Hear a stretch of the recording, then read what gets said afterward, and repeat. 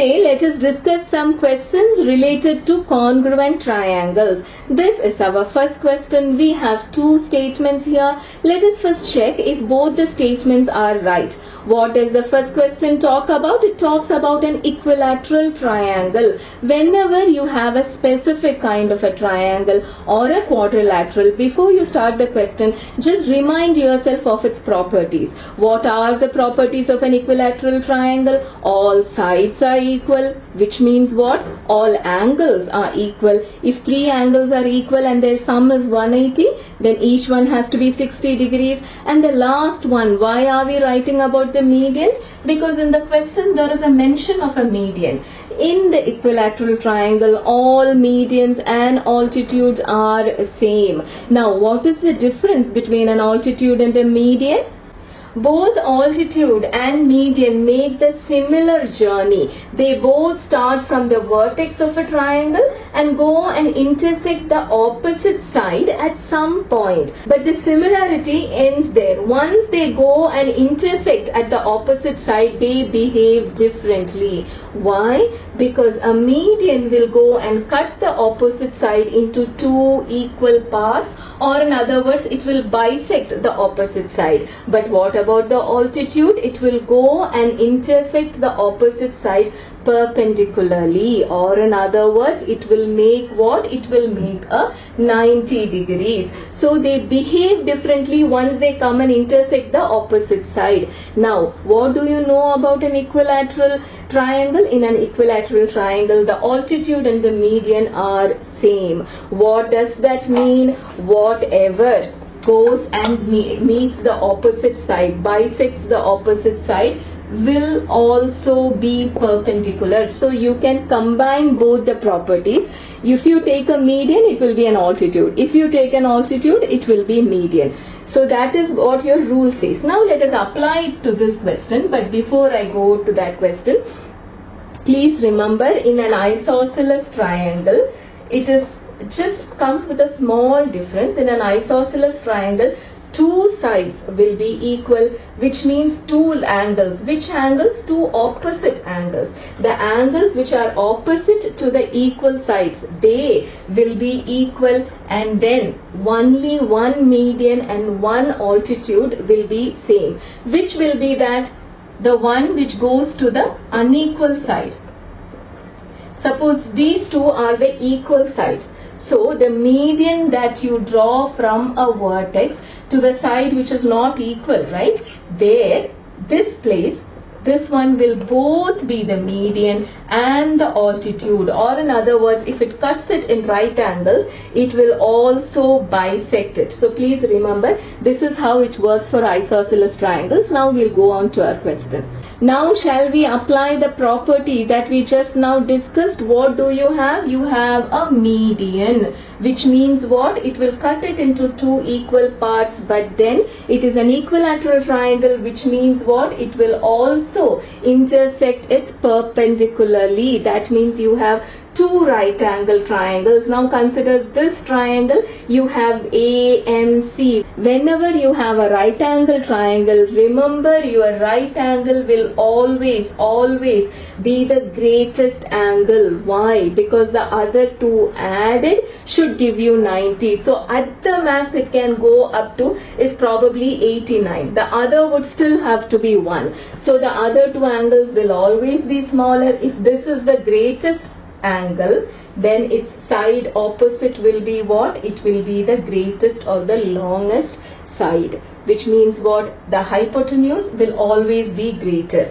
Again, take the next one, another right angle triangle, another hypotenuse, and that hypotenuse will again be greater than the other two sides. What are the other two sides? BM and AM. It will be greater than the other two sides. That is exactly what the second statement is about. In a right angle triangle, hypotenuse is the longest side. Why? Because the right angle, the 90 degrees, is the longest angle. So both the statements right, and this is the reason for the first one. Now look at the next question. Again you you have two statements. What does the first statement say? It says it is not possible to construct a triangle with these measurements 9, 7 and 17. What does your rule say? What does your theorem say? It says that the third side has to be less than the sum of the other two sides. So you take any side, it should be less than the sum of the other two sides. Whenever you have to prove something like this, something is less, then go for the greatest value. It will be difficult to prove that. So go straight away, go for the greatest one, 17. So 17 should be less than 16. Is it? No. So that means it is not possible. So the first statement is correct. Now look at the second statement. What does it say? It says that the difference between any two sides must be less than the third side. What does that mean? Suppose you are given two sides 8 and 10. Then the options for your third side is very limited. It has to lie between its difference and the sum. It should lie between the difference and the sum of these two numbers, or in other words, it should lie between 2 and 18. Not above 18, not below 2. So its options are limited. Is this statement true? Yes, it is. The difference of two sides should always be less than the third side. Both the statements are correct, but then if you technically are thinking about it, this cannot be the reason. Why? Because it is not a proved theorem. Only this much is a proved theorem. The theorem states that the third side is less than the sum of two sides. This is not something which is proved. This is what we work on. This is another question. So technically this cannot be the reason. But both of the options are correct. But not the reason. What is the reason then? The reason is this. The reason is that the third side should always be less than the sum of two sides. Now look at this question. Just one look, we know that the second statement is correct. The sum of the angles of a triangle is 180 degrees. All we have to do is work around what is happening with the first statement. What do you have? You have two angles, 65 and 30. Then what does that mean? What is the third angle? 180 minus the sum of these two, it will be 85. But then what is the statement given? It says that AC is the longest side. So how will you find what the longest side is? Arrange them according to any order, ascending or descending order. Just arrange them in order. And what is the statement given? It is given that AC is the longest side. What will be the longest side? The side opposite the greatest angle, and it works in all ways.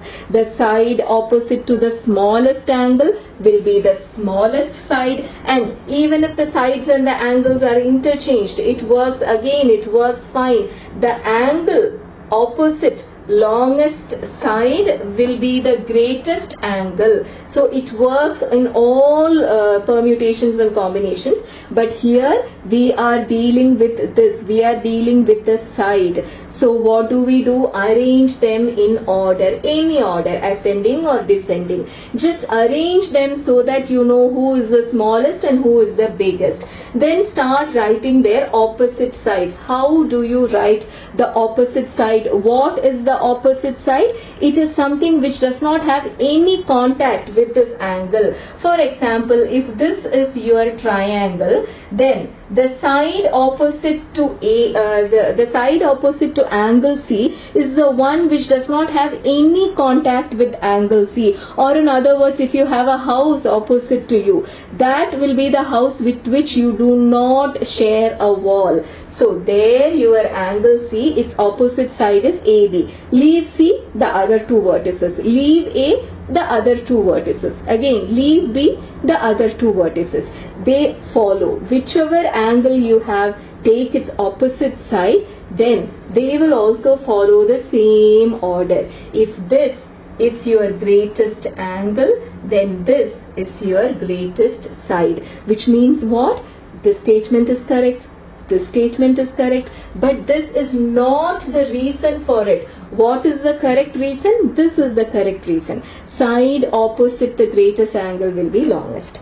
Now look at this question. You are given a triangle and all you know is just one angle of this triangle. You have no idea what is happening with the other two. So at the most what you can do is guess that both of them added is going to give you 130. Why? Because the sum of the angles of a triangle is 180. But then what else is given? You are given two angle bisectors, which means this cuts angle B into half. So that means this angle becomes an angle B by 2. This also becomes a B by 2. Similarly, C by 2, C by 2. Then how will you proceed? Just by looking at this figure, you can see that you have two different triangles. But then good news. What is the good news? They share a base. They share this base. So connect them with that. So how will you proceed after that? Now you can apply the same rule to both the triangles. First take the bigger triangle, sum of the angles 180. But you know what B plus C is. So you will get B plus C together, you get as 130. Still you have no idea what the individual angles are. Now look at OBC again. But this time you are dealing with only half of B, half of C and an O. Add all of them together, it will be 180. If B plus C is 130, half of it should give you 65. So you will get angle O is what? You will get that it is 115. Which means what? Our statement is correct. And look at the second statement, that is also correct. And then you can see for yourself at each step we have used this theorem there. So this is exactly the reason for the first statement. Now we come to the last question of this class. What do you have? You have a triangle. You have a median. What does the median do? It comes and it bisects the opposite side. What do you have to prove? You have to prove the perimeter of ABC. What is the perimeter of ABC? AB plus BC plus AC, the sum of the three sides. You have to prove that that is greater than 2 times AD. So why don't we consider two triangles and tweak our equations in such a way that we get something is greater than AD. So you see what we are doing here. Then if we add these two equations, then we will get this something is greater than 2AD. Then that will give us the answer, right? So how will we get the equation? Look at ADC. If AD is gone, what is left? AB plus BD. Again, look at the next, this smaller triangle. Look at these two small triangles.